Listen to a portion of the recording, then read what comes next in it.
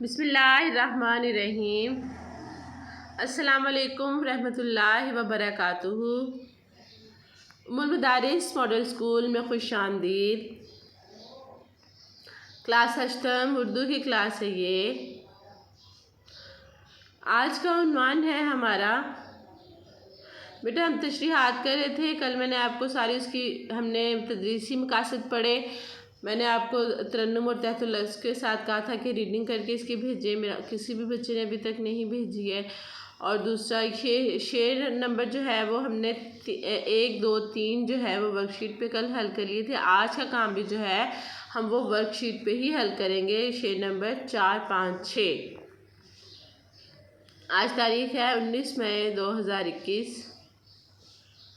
بیٹا یہ ریل کا سفر ہے، اس کے جو ہے آپ کے لیے یہ جو ہے اس کی مجھے بھیجیں آپ ریکارڈنگ کر کے اس کی نا، بے شک آپ مجھے واٹس ایپ پرسنل نمبر پہ کر دیں، ٹھیک ہے میرا بچہ۔ دن ہے آج بدھ کا، ٹھیک ہے۔ سب سے پہلے جو ہے ہم اس پہ یہ دن لکھیں گے، تاریخ لکھیں گے۔ شعر نمبر 4 ہے، ٹھیک ہے۔ یہ سارے کھیت کے گنے کٹا لایا ہے ڈبے میں، وہ گھر کی چارپائی تک اٹھا لایا ہے ڈبے میں۔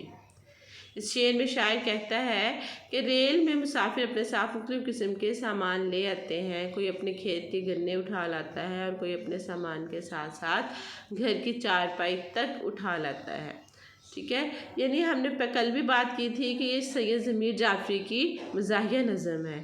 اس میں جو ہے وہ مزاحیہ انداز میں ٹرین کے حالات کا ذکر کرتے ہیں۔ کبھی آپ نے ٹرین کا سفر کیا نا تو آپ کو اس طرح کی چیزیں دیکھنے میں بہت ساری ملیں گی، اور واقعتاً حقیقتاً ایسا ہی ہوتا ہے، ٹھیک ہے۔ وہ لوگ بہت سارا ساز و سامان جو ہے وہ لے کے آتے ہیں۔ شعر نمبر جو ہے آگے 5 ہے۔ وہ ایک رسی میں پورا لاؤ لشکر باندھ لائے ہیں، یہ بستر کی چارپائی تک اٹھا لایا ہے ڈبے میں۔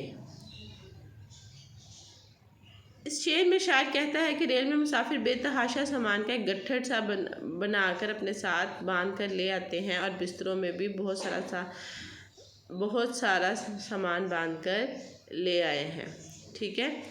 یعنی یہ دیکھیں کہ وہ واقعی ایسا ہوتا ہے کہ جب لوگ مثلا فیصل آباد سے کراچی تک کا سفر کرتے ہیں، لوگ اپنے ساتھ بستر بھی لے کے جاتے ہیں، کیونکہ تقریباً اگر ہم آج رات بیٹھے ہیں تو کل ہم پہنچیں گے، یعنی پوری رات جو ہے وہ اس میں سفر میں لگ جاتی ہے۔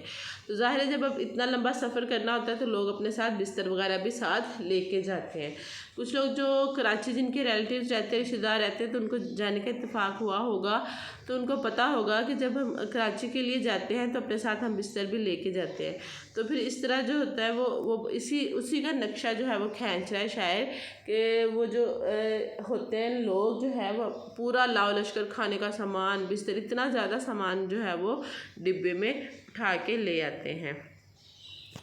شعر نمبر 6 ہے۔ صراحی سے گھڑا روٹی سے دسترخوان لڑتا ہے، مسافر خود نہیں لڑتا مگر سامان لڑتا ہے۔ یہ بہت ہی مزاحیہ شعر ہے۔ اس شعر میں شاعر کہتا ہے کہ مسافروں کا سامان اتنا زیادہ ہوتا ہے کہ سامان کے آپس میں ٹکرانے کی آوازیں سفر کے دوران آتی رہتی ہیں، کبھی صراحی سے گھڑا ٹکراتا ہے اور کبھی روٹی سے دسترخوان۔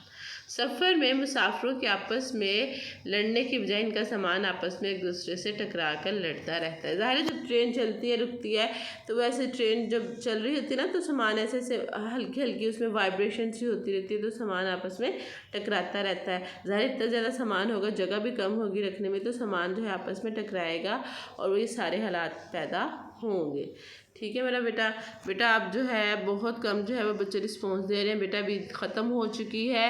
کل میں نے آپ سے کہا تھا کہ عید الفطر کے حوالے سے جو ہے آپ نے ایک چھوٹا سا جو ہے وہ پیراگراف لکھنا ہے 10 لائنوں پر مشتمل، کہ آپ نے اپنی عید کیسے گزاری۔ انشاءاللہ فرائیڈے کو جب ہماری زوم کلاس ہوگی تو آپ نے اس میں وہ آپ اپنا ایسے بھی دکھائیے گا، شیئر کیجیے گا، یا مجھے واٹس ایپ جو ہے میرے پرسنلی نمبر پہ آپ مجھے واٹس ایپ کر سکتے ہیں اپنی جو آپ نے ایسے لکھا ہے۔ بیٹا کام جو ہے اب غفلت چھوڑ دیں، اب پڑھائی کی طرف واپس آ جائے۔ اب ہم نے آن لائن ہی پڑھنا ہے، ہم جیسے کام کروا رہے بیٹا ہم بھی ایفرٹ کریں، آپ لوگ بھی ایفرٹ کریں، تو پڑھنا تو ہے نا، حالات چاہے جیسے بھی ہوں۔ تو میرا بیٹا جو ہے وہ بہت کوشش کرے اپنا کام جو ہے وقت پہ کریں، ٹھیک ہے۔ اپنا بہت سارا خیال رکھیے گا۔ اوکے، اللہ حافظ۔